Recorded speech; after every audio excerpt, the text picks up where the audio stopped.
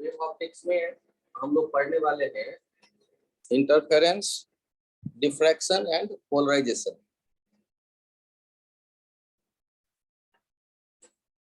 और इंटरफेरेंस समझने से पहले एक बार हम लोग फिर बात कर लेते हैं wave on string. Wave on string का मतलब है किसी धागे को आप एक किनारे पर होल्ड करते हैं और उसे ऑसिलेट करना शुरू करते हैं।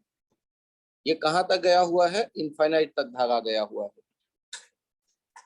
ये प्लस ए माइनस ए ऑसिलेट करना कोई शुरू करता है।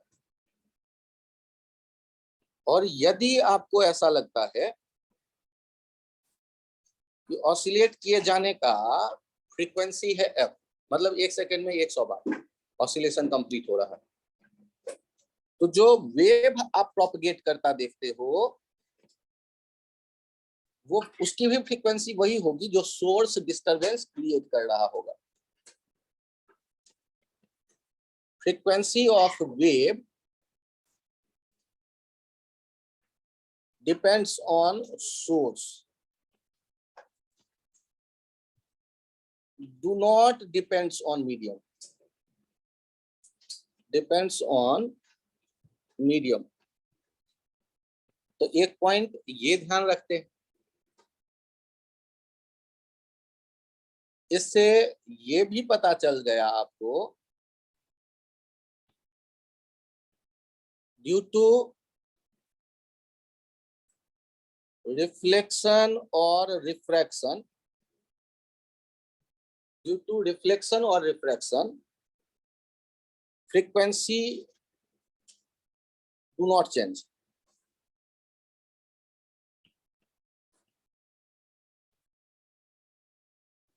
Remain same. फ्रीक्वेंसी बदलने वाला नहीं है यदि रिफ्रैक्शन होता है या रिफ्लेक्शन होता है। और आप जब वेलोसिटी ऑफ साउंड कहते हैं तो चाहे वो साउंड गाय के बोलने से आए कि आप बोले या किसी म्यूजिकल इंस्ट्रूमेंट से आए, हर एक की वेलोसिटी एक जैसी होगी किसी एक मीडियम में। तो जो वेलोसिटी है किसी वेव की वो मीडियम पे डिपेंड करता है। मीडियम बदलेगा तो वेलोसिटी बदल जाएगा। जैसे लाइट का वेलोसिटी आप कहते हैं वैक्यूम में है 3 × 10⁸ और ग्लास में कितना होगा? कम हो जाने वाली है डेंसर मीडियम में जाने पर। डेंसर मीडियम उसे कहते हैं जहां वेव की वेलोसिटी कम हो। तो इसका मतलब वेव की जो वेलोसिटी है एनर्जी के मीडियम में एक जगह से दूसरे जगह जाने की जो स्पीड है वो किस पे डिपेंड कर रहा है? मीडियम पे। तो उसे भी आप मेंशन कर लें कहीं। उसे मेंशन कर रहे हैं velocity of wave depends on medium.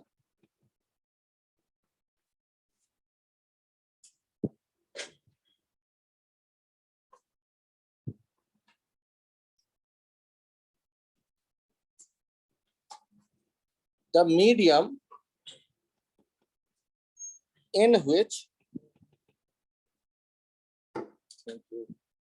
wave velocity is smaller is called denser medium।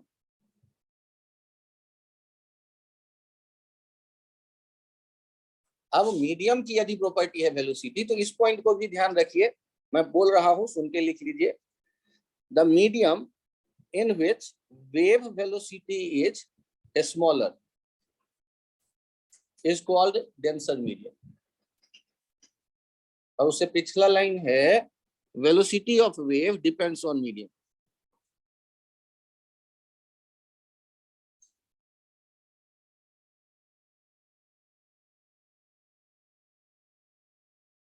लिख लिया क्या? अब मुझे ये बताइए रिफ्लेक्शन होने पर वेलोसिटी का वेव बदलेगा? ये वेलोसिटी जो है वह बदलेगा या नहीं रिफ्लेक्शन होने पर? तो रिफ्लेक्शन का क्या मतलब है, जिस मीडियम से रे जाएगी उसमें वापस आएगी। क्या मीडियम बदला, वेव वेलोसिटी नहीं बदलेगी। और फ्रीक्वेंसी, वो भी रिफ्लेक्शन रिफ्रैक्शन से नहीं बनता। वेवलेंथ, तो v equals to F lambda, जब भी नहीं बदला, एफ नहीं बदला, तो लेमडा भी नहीं बदलेगा। ठीक है, ओके, ऐसे याद रखिए। स्टार मार्क देके ये मेंशन कर ही लीजिए, लेमडा के बारे में कुछ बोलना हो तो v equals to F lambda use करें। यदि लेमडा के बारे में कुछ बोलना आप चाहते हैं तो v equals to F lambda से बोलें। अच्छा, रिफ्रैक्शन होगा, रिफ्रैक्शन का मतलब एक मीडियम से दूसरे में जाना। तो रिफ्रैक्शन होने पर बताओ, क्या वेलोसिटी बदला? ठीक। क्या फ्रीक्वेंसी बदली? क्या वेवलेंथ बदलेगा? और v और लेमडा डायरेक्टली प्रोपोर्शनल है, एफ सेम कर दो तो इसका मतलब यदि वेलोसिटी कम हुआ होगा डेंसर मीडियम में जाने पे, तो लेमडा भी कम हुआ होगा। जितना टाइम्स वेलोसिटी कम होगा उतना ही टाइम्स लेमडा भी कम होगा। इसीलिए हमने देखा हुआ है, यदि किसी मीडियम में वेव को आप जाते देखते हो डेंसर मीडियम में, आप क्या कहते हो, वेव का वेलोसिटी जैसे ही इस मीडियम में आएगा तो सी डैश और लेमडा हो जाएगा लेमडा डैश, जबकि फ्रीक्वेंसी एफ जो है वो एफ ही रहेगा। सी डैश कितना हो जाएगा, सी बाई म्यू, तो लेमडा डैश भी कितना हो जाएगा, लेमडा बाई म्यू। तो जब एक मीडियम से या वैक्यूम से किसी मीडियम में जाएगी लाइट, ये कहानी किसके लिए है, लाइट के लिए। तो लाइट जब कभी एक मीडियम से दूसरे मीडियम में जा रही है तो वेवलेंथ भी बदल रहा है। डेंसर मीडियम में यदि गया तो वेवलेंथ भी कम हुआ म्यू टाइम्स, और वेलोसिटी भी कम हुई, लेकिन फ्रीक्वेंसी पे कोई असर नहीं पड़ेगा।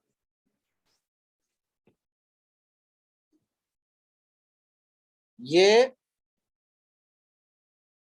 10 मीटर का एक ग्लास का प्लेट है, ग्लास प्लेट, म्यू दे दिया गया 3/2, और एक लाइट रे आप यहां से जाता देखो,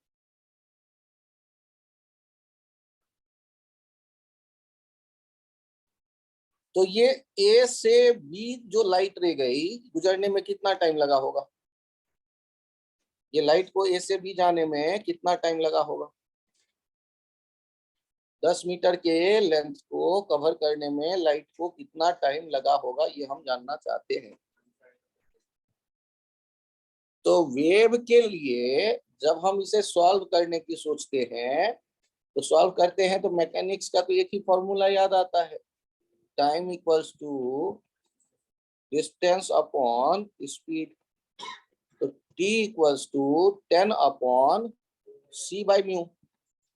c बाई म्यू क्यों हो गया, ये समझ में आया, क्योंकि मीडियम डेंसर है तो स्पीड तो कम हो जाएगा। तो आप कितना लिख देंगे, टाइम इक्वल्स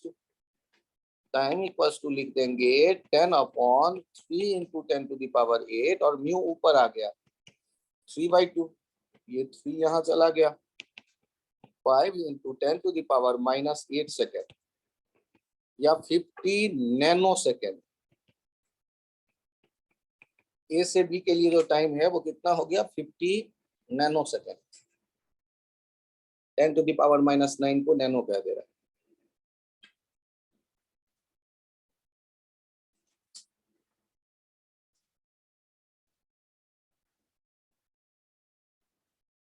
आप ये समझ गए कि डेंसर रेयरर कैसे डिफाइन होता है मीडियम,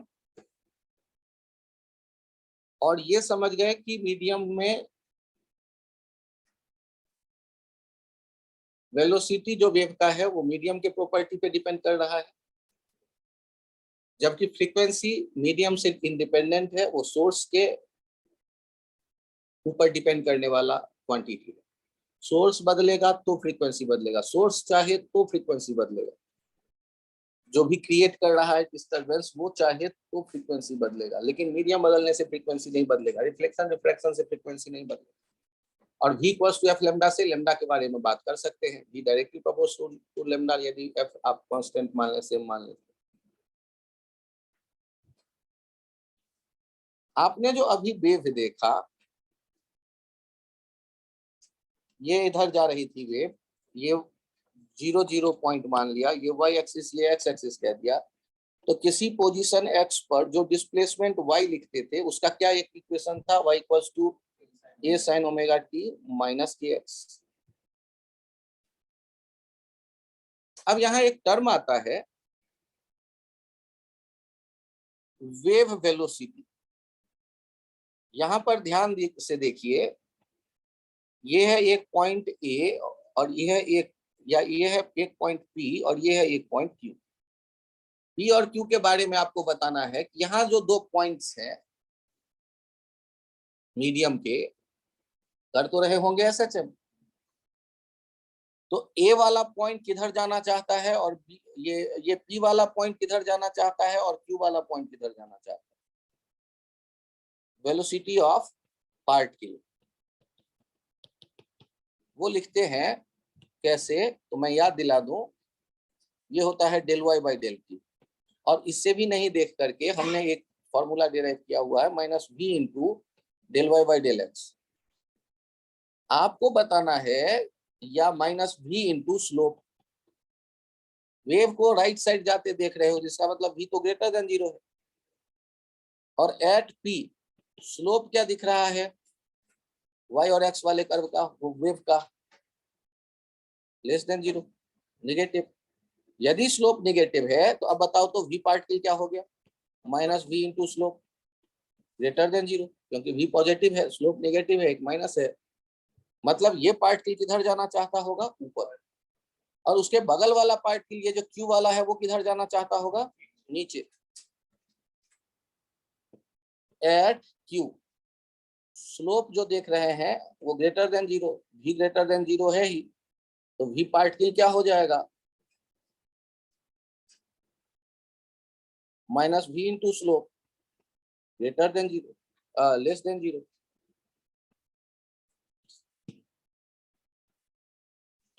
अब मुझे ये बताइए, जब एक पार्टिकल ऊपर की तरफ आसमान में जा रहा है और दूसरे नीचे की तरफ, तो दोनों के बारे में हम ये कहेंगे कि एक दूसरे के एकदम अपोजिट है। एक कहता है मूवी देखने चलो, दूसरा कहता है नहीं नहीं बैठ के पढ़ाई करेंगे। मतलब एक कह रहा है ईस्ट की तरफ चलो, एक कह रहा है वेस्ट की तरफ चलो। तो ये क्या कहलाएगा, अपोजिट फेज वाले पार्टिकल। ये पी और क्यू वाले क्या कहलाएंगे, अपोजिट फेज वाले पार्टिकल। और उनके बीच में डिस्टेंस कितने का है, तो देखो ये सोर्स हो गया, यहाँ पर सोर्स से मान लो ये x1 आ रहा है और सोर्स से ये x2 है। तो इनके बीच का जो डिस्टेंस है उसे पाथ डिफरेंस कहते हैं, x2 minus x1 delta x। तो डेल्टा x अभी क्या दिख रहा है, लैम्डा बाई 2। सर आपको लैम्डा बाई 2 कैसे पता चला, अरे पूरा जो नोड एंटी नोड मिला करके जो एक सेक्शन बनता है वो पूरा कंप्लीट वेवलेंथ होता है। एक साइकिल जहां कंप्लीट हो वो वेवलेंथ, तो उसका आधा टुकड़ा होगा हाफ वेवलेंथ। वेवलेंथ है यहाँ से इस जगह से इस जगह तक, तो इसका आधा नहीं दिख रहा है यहाँ तक, तो ये कितना हो गया, लैम्डा बाई 2 लैम्डा बाई 2। तो जब दो पॉइंट वेव के सोर्स से ऐसे डिस्टेंस पे हैं जिनके डिस्टेंस का डिफरेंस लैम्डा बाई 2 है, तो वो कौन से फेज में दिख रहे हैं, अपोजिट फेज, या उनका फेज डिफरेंस हम कहेंगे पाई। फेज डिफरेंस के लिए सिंबल यूज कर रहे हैं डेल्टा फाई। तो हमने एक यहाँ क्या देखा कि यदि पाथ को कंसीडर करें और दो पॉइंट चुनते हैं वेव के लिए, उन पॉइंट के यदि मुझे पाथ का सोर्स से डिस्टेंस का डिफरेंस पता चल जाए, हम बता देंगे कि वो दोनों पार्टिकल किस नेचर के हैं, क्या एक ही तरफ जाना चाह रहे हैं या अपोजिट जाना चाह रहे हैं। अच्छा सोचो तो, ये पी क्यू है तो यहाँ एक आर भी दिख रहा होगा। आर, पी और आर के बारे में क्या ख्याल है, आर भी किधर जाएगा, ऊपर। तो पी से आर तक के बीच का कितना डिफरेंस है, लेमडा, या 2 लेमडा बाई 2। तो जब पाथ डिफरेंस 2 लेमडा बाई 2 है तो वो सेम फेज में है। सेम फेज मतलब एक जैसा उनका नेचर है, एक ही डायरेक्शन में दोनों जाना चाहते हैं। तो मैं एक टर्म आपके दिमाग में डाल रहा हूं कि रास्ता, सोर्स से जिस पॉइंट को आप देख रहे हैं वहां तक आने का रास्ता, उसके लंबाई का अंतर, वो ये बताएगा आपको कि वो जो दोनों पॉइंट्स आपने चुने हैं उनका नेचर कैसा है, वो एक जैसा बिहेव कर रहे हैं या अलग उनका बिहेवियर है।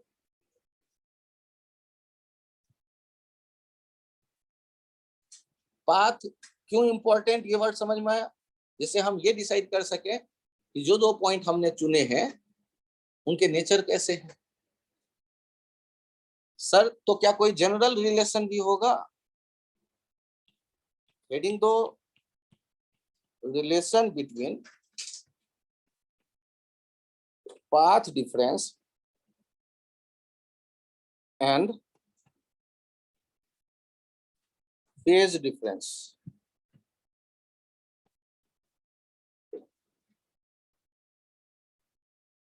Path difference and phase difference. फिर से देखिए आप, ऐसे एक वेव को जाते हुए देखिए और इनमें दो रैंडम पॉइंट चुन लेते हैं।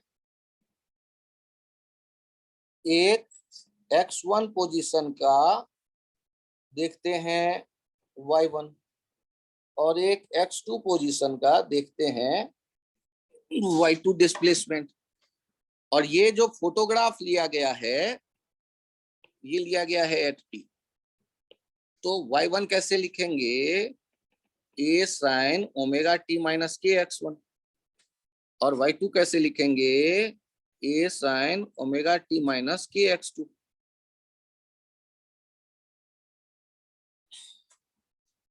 आप जानते हैं कहा जाता है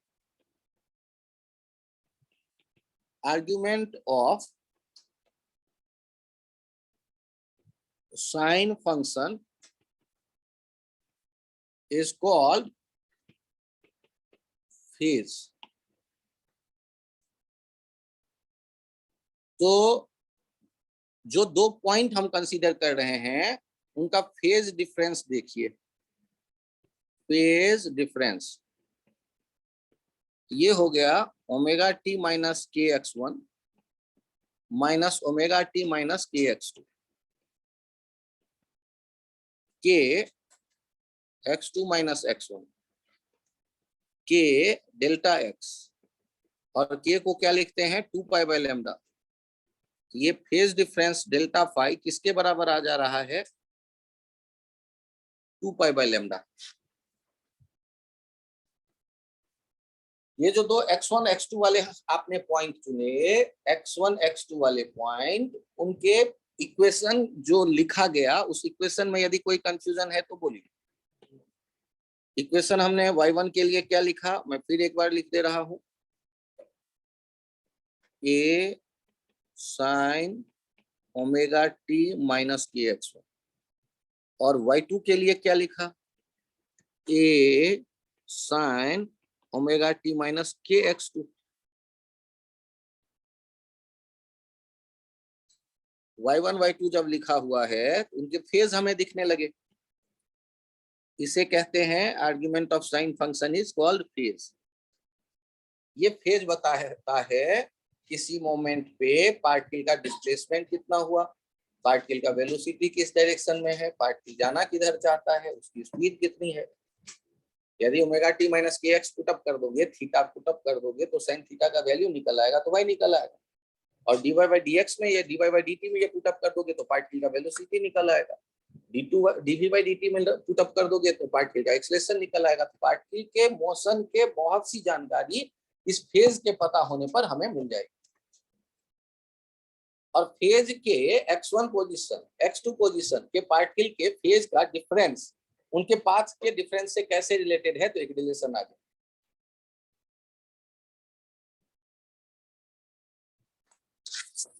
अच्छा मुझे ये बताओ, यहां मैंने एक वेव देखे, क्या ये एक साइकिल कंप्लीट होता दिख गया?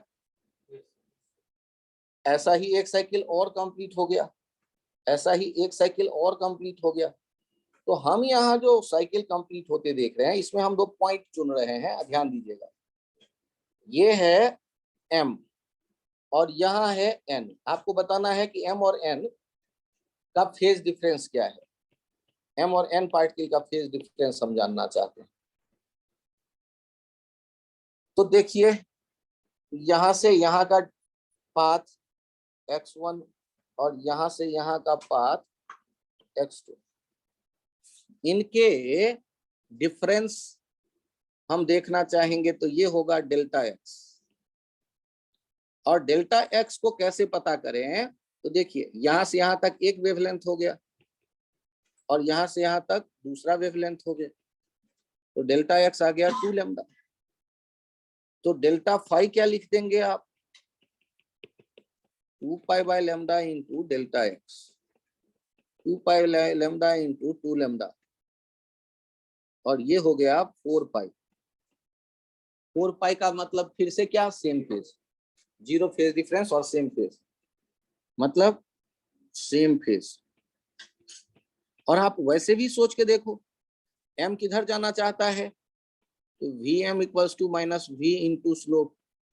V हमने राइट साइड जाते वेव को माना है, V पॉजिटिव है, स्लोप को निगेटिव है, तो ये पॉजिटिव हो गया।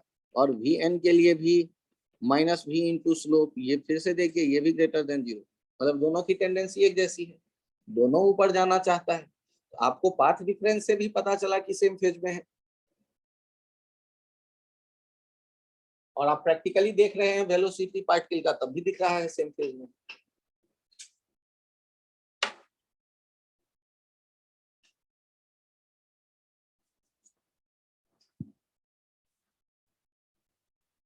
अब फेज से क्या मतलब, तो ये दिखा कि जाना किधर चाहता है पार्टिकल, उसके बेसिस पे। एक डायरेक्शन में मूवमेंट है पार्टिकल का, मतलब सेम फेज में वेव है उन दोनों पॉइंट्स पे। पिछला पेज आप नोट कर रहे हैं, ओके चेंज करूं।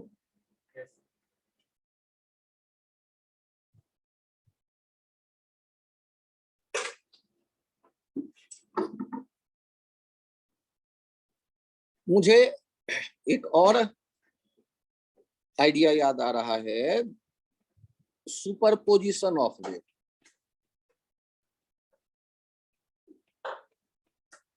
ये कहता है एक ही पॉइंट पे यदि 2 वेव आ गए या 3 वेव आ गए या 4 वेव आ गए, तो आपको क्या करना है,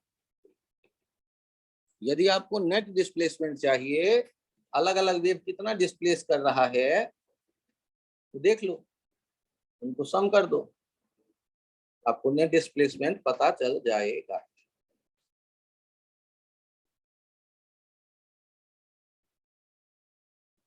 ये कंसेप्ट कहलाता है सुपरपोजिशन ऑफ वेव। यहां ध्यान से देखिएगा, ये और ये दोनों पल्स हैं वेव के एक जैसे, दोनों पल्स हैं वेव के एक जैसे।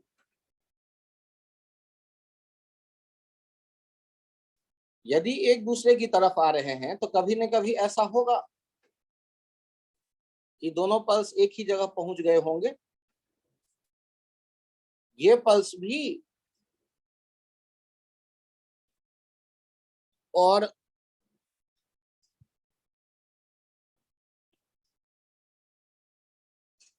ये पल्स भी, तो क्या धागे के 2 टुकड़े हो गए होंगे? तो धागे के यदि 2 टुकड़े नहीं हुए होंगे तो धागे का नेट डिस्प्लेसमेंट क्या हुआ होगा? ये एक देखो राइट से लेफ्ट आने वाला, ये राइट से लेफ्ट आने वाला, और ये पल्स सोचो लेफ्ट से राइट जाने वाला। तो पल्स आया होगा तो धागे के मॉलिक्यूलों को इंस्ट्रक्शन मिला, ऊपर चलो, ये डिस्टेंस तक ऊपर चलो। कौन से पल्स ने इंस्ट्रक्शन दिया होगा, रेड या ब्लू, दोनों? यदि दोनों ने इंस्ट्रक्शन दिया तो मॉलिक्यूल कितना डिस्प्लेस होगा? तो दोनों बार मतलब कि एक बार ये जाके वापस आके बैठेगा, फिर दूसरी की बात मान के फिर से ये तक जाएगा, क्या होने वाला है साथ में, तो कितना हो जाएगा ये और ये मिलके। तो ये जो मॉलिक्यूलों का डिस्प्लेसमेंट होगा वो इनफैक्ट कहां तक दिखेगा, वो ऐसे दिखेगा। यही जो है y, ये क्या दिख रहा है, ये दिख रहा है y1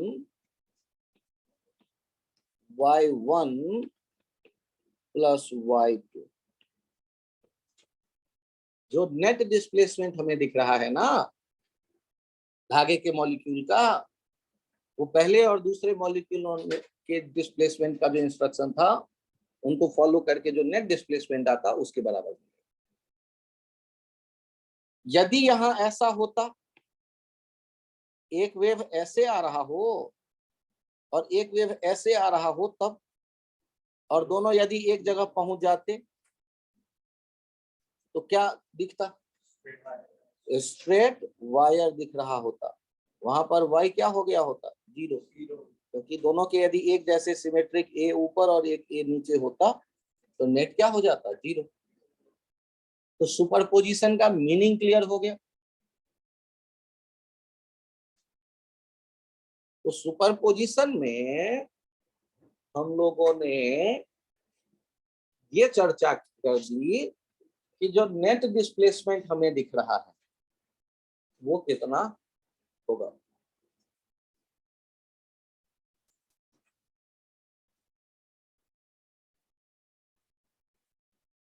आप यदि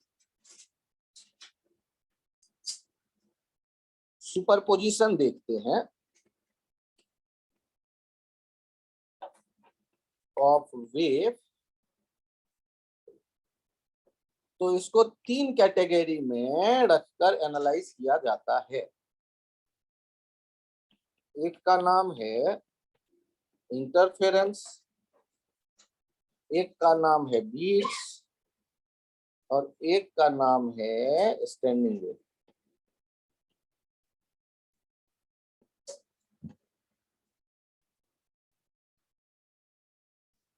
स्टैंडिंग वेव उसके नीचे लीजिएगा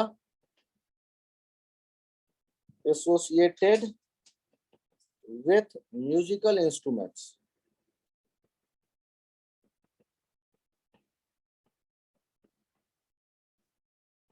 बीट्स के लिए लिख दीजिएगा observe only in sound. Observe किया जाता है या detected only in sound. Observe यदि अच्छा नहीं वर्ड लग रहा है मुझे, डिटेक्टेड कर देता हूं, डिटेक्टेड ओनली इन साउंड।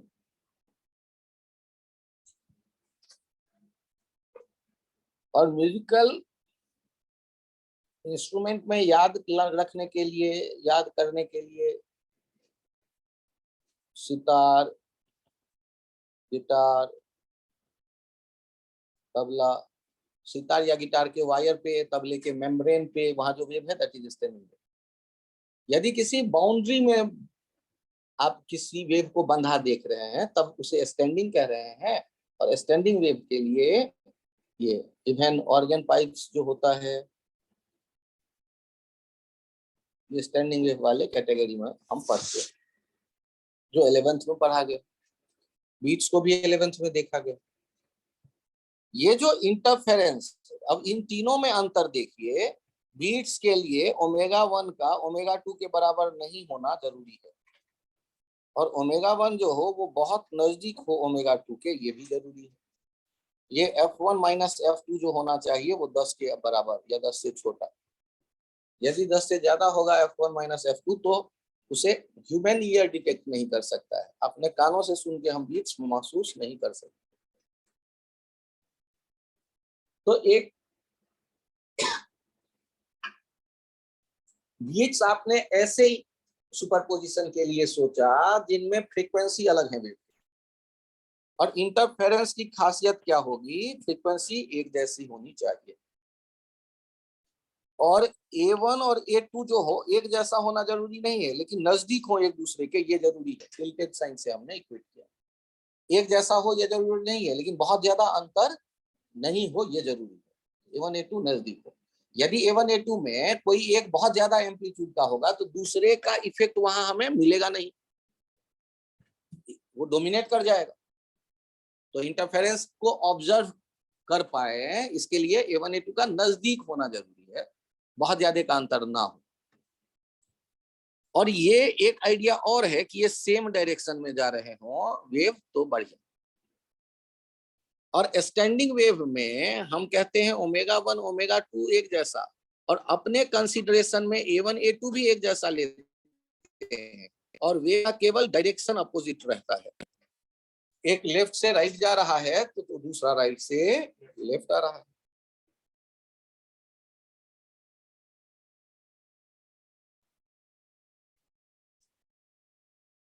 और ये लाइट में ज्यादा डोमिनेट करने वाला होता है, लेकिन शुरुआत हम कर लेते हैं स्ट्रिंग से ही, लेकिन पूछता है आईआईटी लाइट से।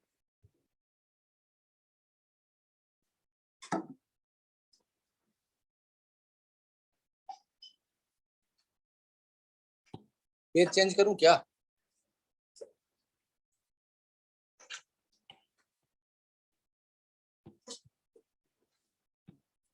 यदि हम लोग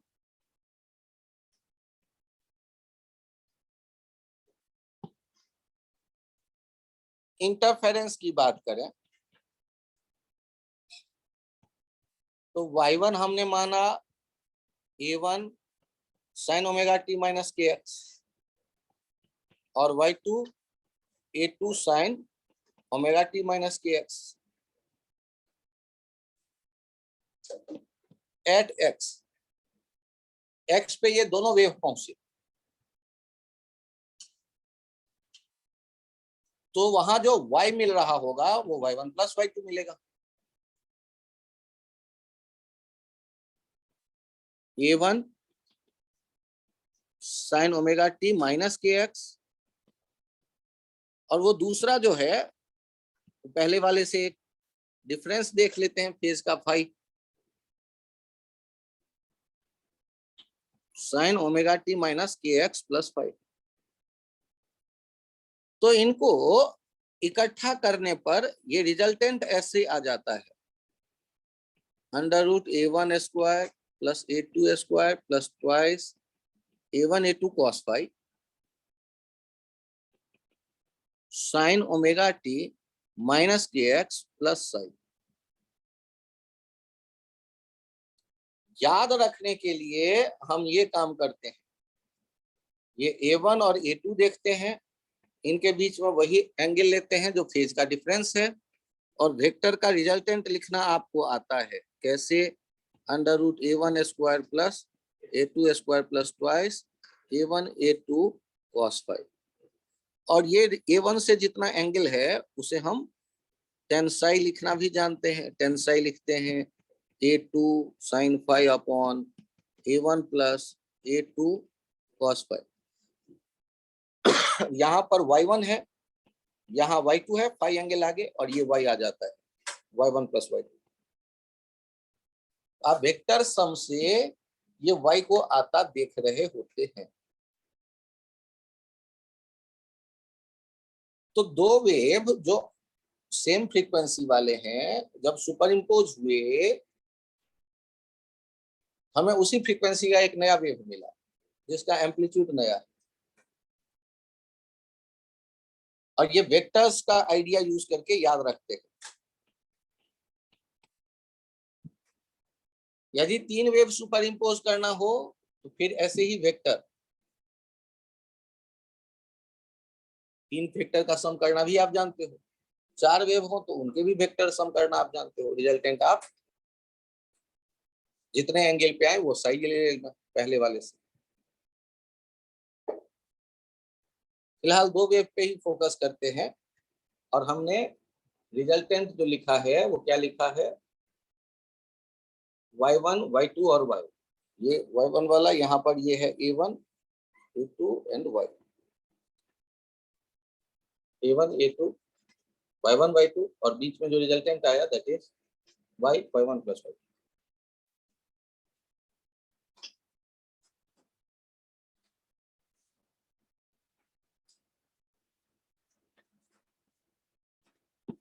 किसी पॉइंट पर दो वेव आ रहे हैं, आने वाले वेव का इंटेंसिटी है I1 I2, एम्पलीट्यूड है A1 A2। तो यहां जब सुपरपोज हो जाएगा, इंटरफेरेंस हो जाएगा, तो जो रिजल्टेंट एम्पलीट्यूड है ए स्क्वायर वो कितना आना है, A1 square plus A2 square plus twice A1 A2 cos phi. और आप जानते हैं इंटेंसिटी प्रोपोर्शनल होता है एम्पलीट्यूड के स्क्वायर के। तो यहां हो जाएगा I equals to I1 plus I2 plus twice root I1 root I2 cos phi. और यहां से इसके दो स्पेशल कैटेगरी निकल आते हैं, कंस्ट्रक्टिव डिस्ट्रक्टिव। कंस्ट्रक्टिव जहां ए क्या हो जाए मैक्सिमम, आई क्या हो जाए मैक्सिमम, और डिस्ट्रक्टिव जहां ए क्या हो जाए मिनिमम या आई हो जाए मिनिमम। और उसके लिए जरूरी क्या है, cos फाई हो जाए 1 या cos फाई हो जाए -1। इसके लिए फाई हो जाए, और यदि cos फाई -1 हो जाए तो फाई क्या लिख देंगे आप, फाई लिख देंगे इवन मल्टीपल ऑफ पाई। और दूसरे केस के लिए फाई लिख देंगे ऑड मल्टीपल ऑफ पाई। तो कंस्ट्रक्टिव और डिस्ट्रक्टिव दो तरह के इंटरफेरेंस हो गए।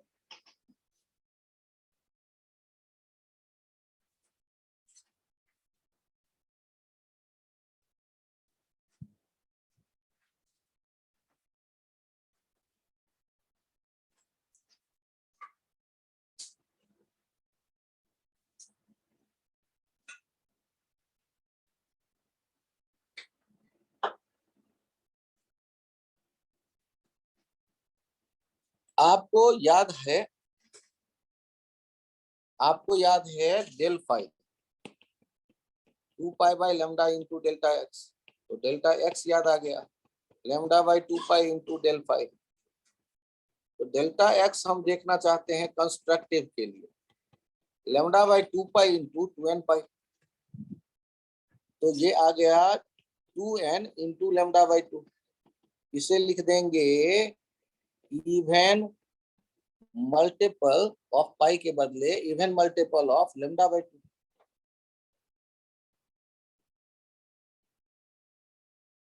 Even multiple of lambda by 2। आपने 2n पाई कैसे लिख दिया, तो कंस्ट्रक्टिव के लिए आपने देखा था इवन मल्टीपल, इवन मतलब 2n पाई, ऑड होता तो 2n प्लस 1 या 2n माइनस 1। और यदि डेल्टा एक्स डिस्ट्रक्टिव देखेंगे तो वैसे ही लिख दीजिएगा odd multiple of lambda by 2। Odd multiple of lambda by 2 यदि पाथ डिफरेंस है तो जो हम इंटरफेरेंस होता देखेंगे वो डिस्ट्रक्टिव इंटरफेरेंस हो जाएगा। ये मैं ऊपर लिख दे रहा हूं, डेल्टा एक्स डिस्ट्रक्टिव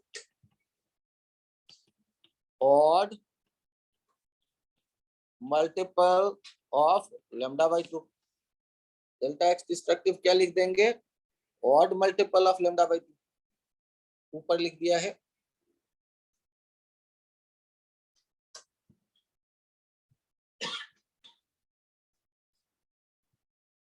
आप में से कई बच्चों को ये 3 बार लिखना पड़ेगा क्योंकि ये इंपॉर्टेंट है। मैं फिर एक बार लिख रहा हूं, इंटरफेरेंस। इंटरफेरेंस में ए स्क्वायर कितना आ गया है, A1 square plus A2 square twice A1 A2 cos phi, या I equals to I1 plus I2 twice root I1 root I2 cos phi. और इनके दो कैटेगरी आप देख रहे हैं, कंस्ट्रक्टिव डिस्ट्रक्टिव। कंस्ट्रक्टिव के लिए एम्पलीट्यूड मैक्सिमम हो जाएगा, एम्पलीट्यूड हो जाएगा A1 plus A2, intensity maximum हो जाएगा, इंटेंसिटी हो जाएगा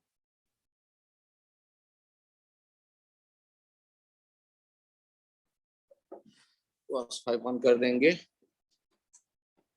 √I1 प्लस √I2 का होल स्क्वायर। और इसके लिए कंडीशन आ गया डेल फाई, कंडीशन आ गया था cos फाई 1,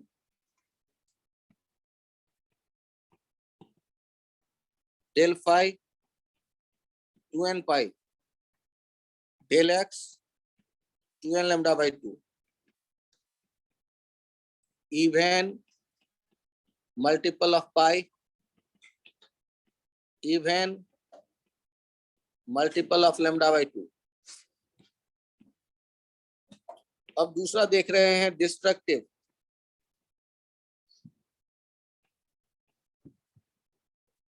ये क्या हो जाना चाहिए मिनिमम, ये हो जाएगा A1 माइनस A2 या A2 माइनस A1, आई हो जाएगा मिनिमम, आई कितना हो जाएगा √I1 माइनस √I2 जो भी बड़ा हो स्क्वायर, cos फाई का वैल्यू हो जाता है इसके लिए -1, पाई हो जाता है 2n प्लस माइनस 1 पाई,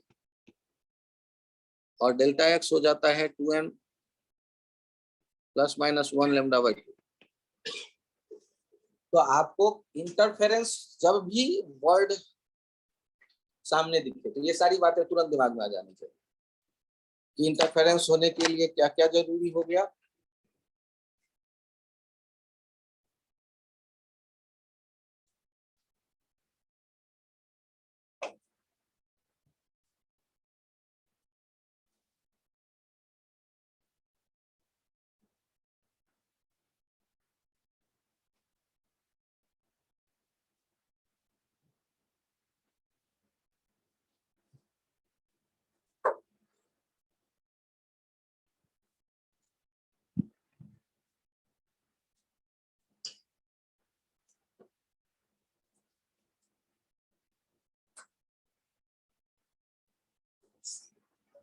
यहाँ एक कंडीशन आता है सोर्स के लिए, ध्यान दीजिएगा कि जब आप देख रहे हैं S1 से वेव को आते और S2 से वेव को आते और यहाँ इंटरफेरेंस हो रहा है चाहे किसी भी तरह का हो, तो एक कंडीशन है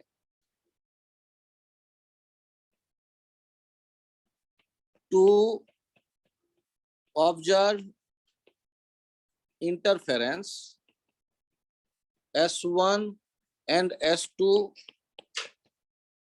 sources are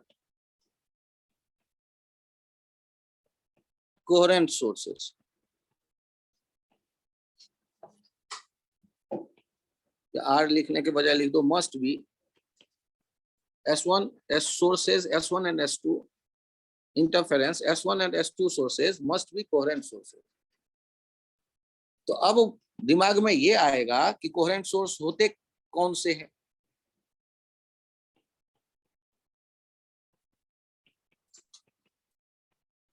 उसके लिए लिखिए two sources are said to be coherent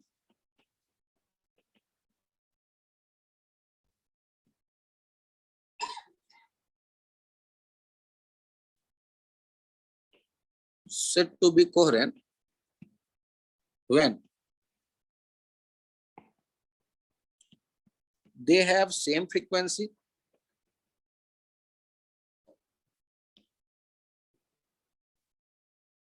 and have constant phase difference।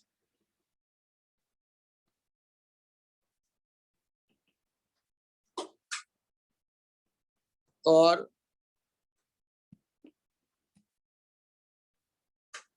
Zero phase difference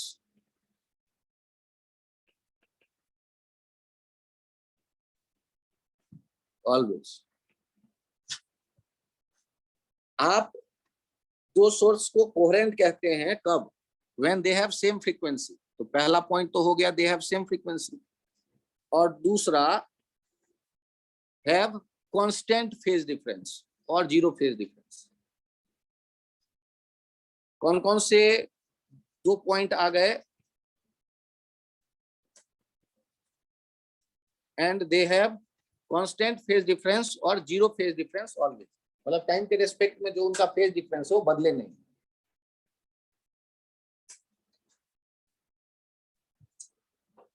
सोचो दो लाल रंग के बल्ब हैं, मतलब एक जैसे फ्रीक्वेंसी वाले बल्ब हैं, लाल रंग की रोशनी दे रही, दोनों फिलिप्स कंपनी के हैं, दोनों आपने 15-15 रुपये देके खरीद के लाए, एक ही घर में लगाया, लेकिन फिर भी वो कोहेरेंट नहीं। अब लफड़ा क्या हो गया? सर दोनों का फ्रीक्वेंसी सेम तो है, लाल रंग है। तो परेशानी हुई कि दो अलग सोर्स कभी भी कोहेरेंट हो ही नहीं सकते। तो सर इसका मतलब तो ये चैप्टर खत्म, कोहेरेंट सोर्स मिलेगा नहीं, इंटरफेरेंस होगा नहीं, तो मुझे पढ़ना भी नहीं पड़ेगा। और बड़ा अच्छा सोचा। लेकिन सोचो आपने एक फिलिप्स बल्ब जलाई और बगल में एक मिरर रख दिया, तो मिरर में बल्ब का इमेज बना या नहीं? वो दूसरा सोर्स बन गया या नहीं? ये दोनों कोहेरेंट सोर्स है। अरे फिर से पढ़ना पड़ेगा। हाँ पढ़ना पड़ेगा इंटरफेरेंस।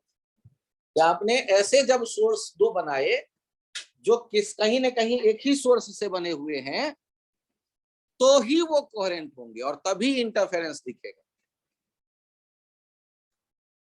तो यहाँ कोहेरेंट सोर्स के बारे में आपने क्या देखा? थ्योरी तो कहता है कि फ्रीक्वेंसी सेम हो कोहेरेंट, और दूसरा कंडीशन फेज डिफरेंस उनमें जीरो हो या कांस्टेंट हो टाइम के रिस्पेक्ट में। लेकिन दो इंडिपेंडेंट सोर्स कभी कोहेरेंट नहीं हो सकते, तो वो मेंशन कर लीजिए।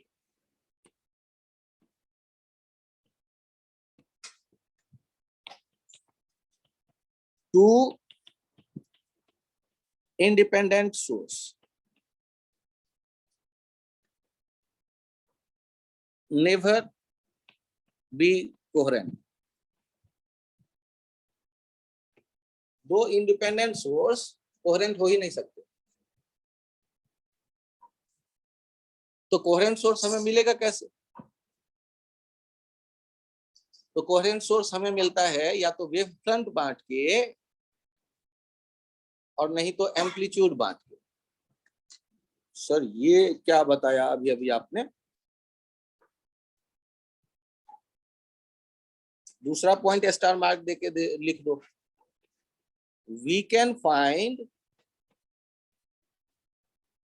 Coherent sources by first dividing wavefront, second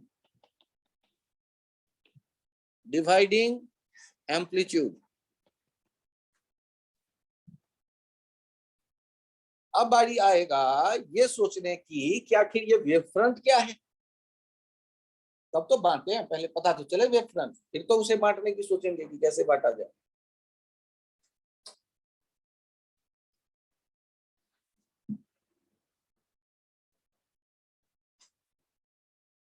ये नोट कर लिया?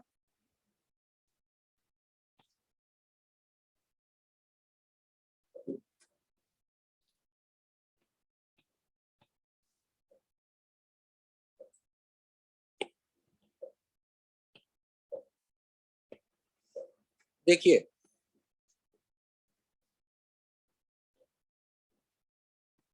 wave front is locus of points in space around the source of wave where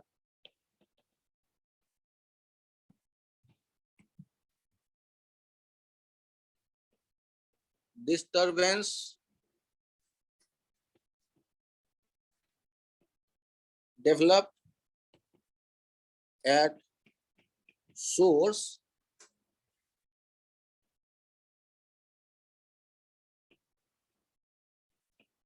reached at same time. Wavefront is locus of points in space around the source of wave, where disturbance developed at source reached at same time.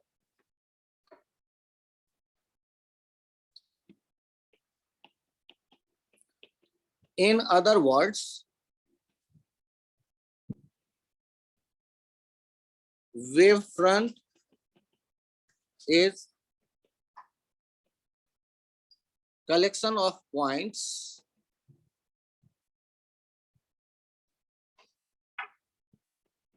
which are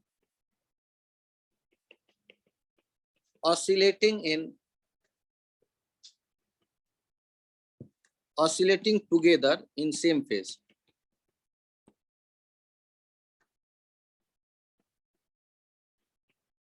Oscillating together in same phase. In other words, wavefront is collection of points which are oscillating together in same phase.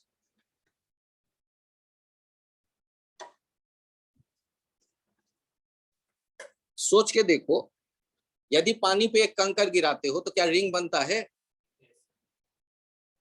That is wavefront. और ring का size बड़ा होता गया, बढ़ता चला गया, दूर होता गया। तो यदि ऐसा हो रहा है मतलब वो वेव फ्रंट एनर्जी लेके आगे बढ़ती जा रही है मीडियम में। और वेव फ्रंट वो जो सर्किल है वहां जहां कंकर गिरा है वो सेंटर होगा उसका। तो वेव फ्रंट तक आने में एक ही टाइम तो लगा होगा डिस्टरबेंस को किसी भी जगह से, किसी भी रास्ते से। तो वेव फ्रंट उन पॉइंट्स का कलेक्शन है जहां एक साथ डिस्टरबेंस पहुंचा है और वहां जो मॉलिक्यूल्स हैं वो एक जैसे फेज में ऑसिलेट कर रहे हैं। पानी पे रिंग दिखा कैसे? कलम लेके किसी ने लिखा है, या तो मॉलिक्यूल एक साथ साथ ऊपर आ गए पानी के लेवल से तो रिंग दिखा, या एक साथ नीचे चले जाए तो रिंग दिखेगा। तो मतलब वो सारे के सारे मॉलिक्यूल सेम फेज में ऑसिलेट कर रहे हैं। तो यहां आप बड़े आराम से समझ सकते हैं कि फॉर पॉइंट सोर्स,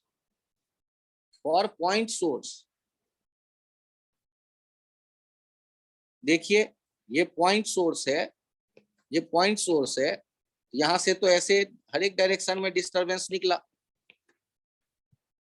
तो वो तो 3 डायमेंशन में देखोगे तो कैसा सरफेस होगा जहां एक साथ डिस्टरबेंस पहुंचेगा? Spherical wave front. Point source के लिए कैसा वेव फ्रंट दिख रहा है? स्फेरिकल। तो आप दूसरा भी बड़े आराम से लिख लेंगे, फॉर लाइन सोर्स। यदि लाइन सोर्स है तो इससे चारों तरफ वेव जाता देखो, और वहां पर जो आप देखोगे वेव फ्रंट वो कैसा दिख जाएगा? सिलिंड्रिकल। Cylindrical wave front. तो जब ये पहला और दूसरा आपको दिख गया, एक तीसरा होता है plane wave front for the source at infinite. Source at infinite. Source चाहे लीनियर हो या पॉइंट हो। यदि बहुत बड़ा स्फीयर होगा या बहुत बड़ा सिलेंडर तो आपके सामने वाला सरफेस कैसा दिखेगा? प्लेन। तो प्लेन वेव फ्रंट कब होगा? जब सोर्स कहाँ हो? इनफाइनाइट। जैसे सन लाइट का सोर्स है तो उसका जो वेव फ्रंट अर्थ पे हम फील करेंगे कैसा मानेंगे? स्फेरिकल या प्लेन? प्लेन, क्योंकि इससे बहुत दूर है सोर्स। तो 3 तरह के सोर्स हमने देखे, 3 तरह के वेव फ्रंट हमने देखे। सोर्स तो मेन 2 ही तरह के दिखे। कौन कौन से? तो एक पॉइंट सोर्स और एक लाइन सोर्स।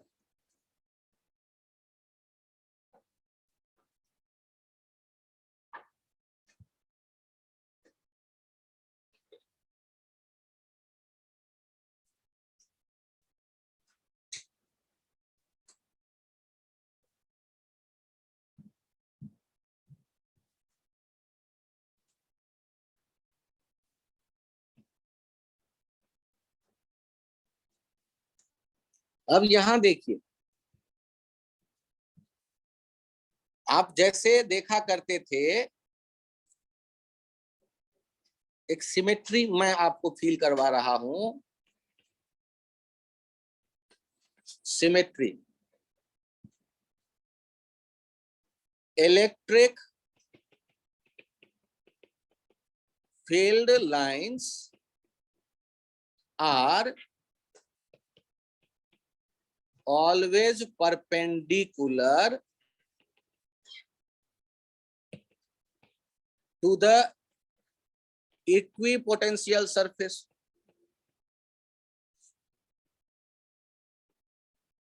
याद करो,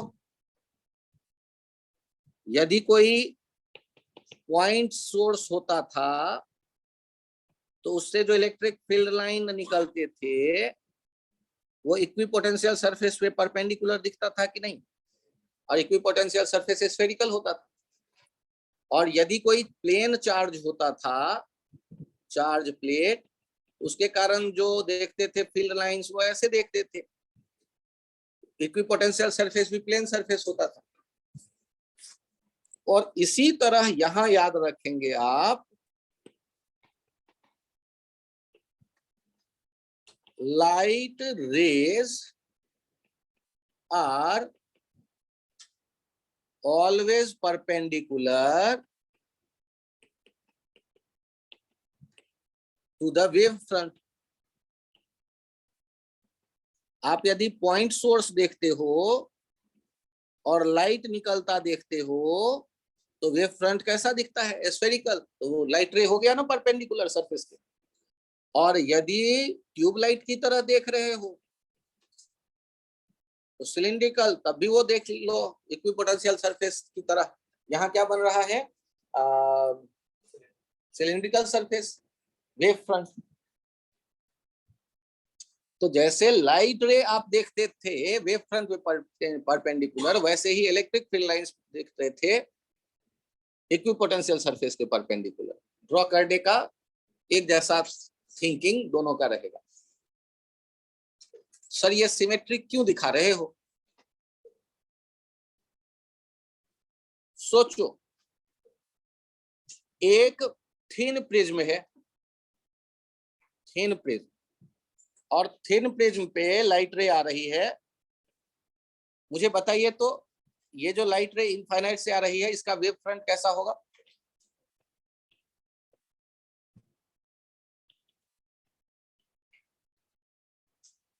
वेव फ्रंट कैसा होगा? अरे यार, इनफाइनाइट पे जब सोर्स होता है तो कैसा होता है? प्लेन वेव फ्रंट, है ना। और इस एग्जांपल में आपसे कहा गया find out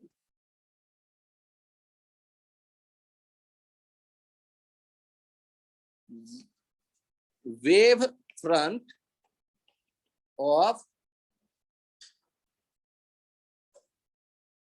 emergent light rays.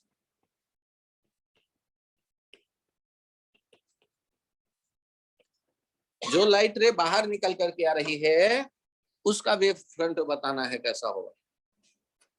Solve कैसे करोगे आप?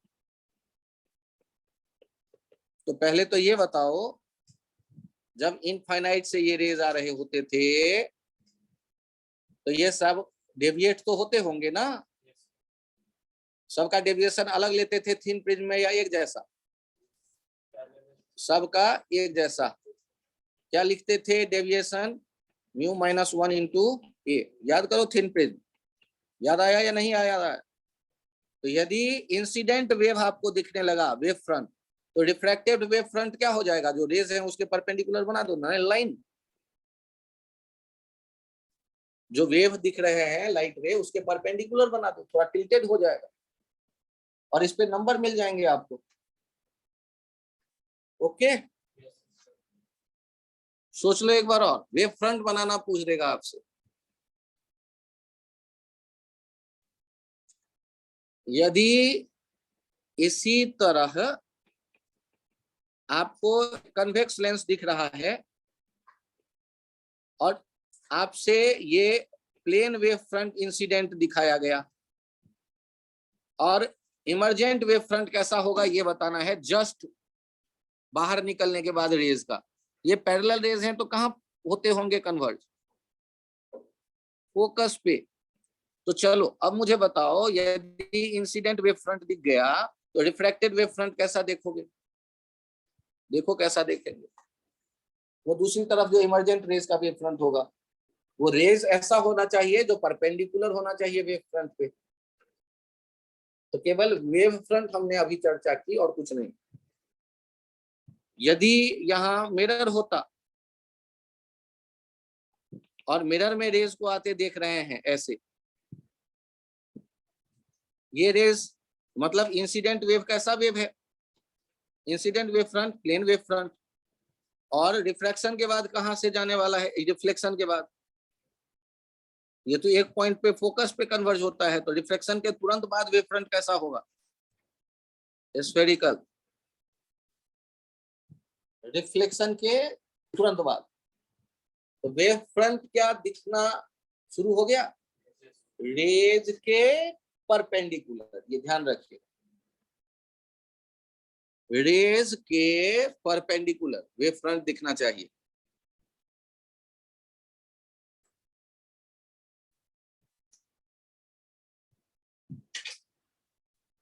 यदि यहां एक और एग्जांपल में ये ग्लास है और एक रेज ऐसे आते देख रहे हो आप,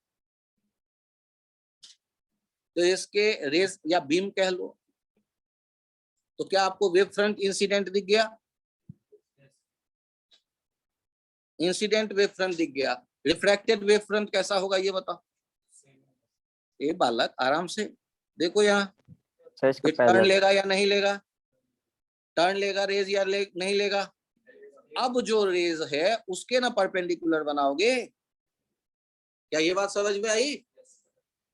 और थोड़ा थोड़ा पास बना दोगे। क्यों? क्योंकि वेवलेंथ कम हो गई। कोशिश ये रहता है कि वो जो दो वेव फ्रंट है वो एक वेवलेंथ के डिस्टेंस पे, उसे भी थोड़ा फील करवा कि वो थोड़े थोड़े नजदीक आ गए। नजदीक आने का कारण बना कि डेंसर मीडियम में चला गया, क्योंकि नॉर्मल की तरफ मुड़ते दिख रहा है।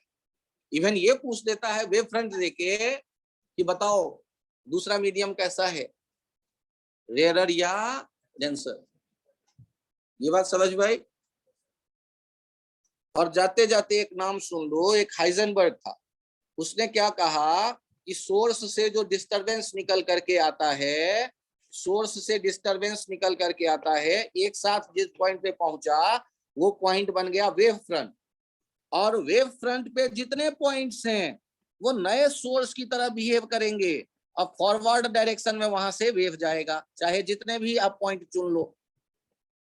तो वेव फ्रंट पे जो भी पॉइंट है वहां से फॉरवर्ड आप वेव, और उनके आप नया वेव फ्रंट बनेगा। ये सेकेंडरी वेवलेट हो गए। और ये जो सेकेंडरी वेवलेट आपके हो गए, जितने भी सोर्स से देख रहे हो जाते हुए पॉइंट वेव फ्रंट पे लेके, इस सेकेंडरी वेवलेट का जो इन्वेलप बनाओगे, अरे यार ये इन्वेलप क्या लफड़ा है, तो कलेक्शन ऑफ कर्व का कॉमन टेंजेंट को इन्वेलप कहते हो। यहाँ बहुत से सर्किल हैं, उनका ये कॉमन टेंजेंट है टेढ़ा सा, और इसे कहते हैं इन्वेलप। ये जो सेकेंडरी वेवलेट का इन्वेलप है, ये नया वेव फ्रंट बन गया, ये न्यू वेव फ्रंट। ये हाइजेनबर्ग ने क्या कहा? तो बेनली ये कहा कि सोर्स से एक डिस्टेंस पे एक साथ जो वेव पहुंच रहे हैं, वहां जो कलेक्शन ऑफ पॉइंट है वो है वेव फ्रंट। और उस वेव फ्रंट के सारे पॉइंट एक फेज में ऑसिलेट करने वाले हैं, आपको पहले से पता है। और उन पॉइंट्स को आप नए सोर्स की तरह देखो, लेकिन वहां से बैकवर्ड नहीं आएगा डिस्टर्बेंस, फॉरवर्ड जाएगा आगे। ये उनका एजम्पशन है। और वैसे ही लाइट तो प्रोपगेट करता है मीडियम में, और वो जो सेकेंडरी वेवलेट अब बने, वहां जो नया वेव फ्रंट सब वेव के सोर्स के लिए बना, उनका जो कॉमन टेंजेंट हुआ, जिसे इन्वेलप कहते हैं, वो नया वेव फ्रंट बनेगा। ये कहानी पकाई किसने? हाइजेनबर्ग ने। हाइजेनबर्ग की इस कहानी को ध्यान रखो। इन दोनों को मिक्स करेंगे अगले टर्म पे इंटरफेरेंस में सोचेंगे आगे कुछ। अभी के लिए इतना ही। Thank you, bye bye.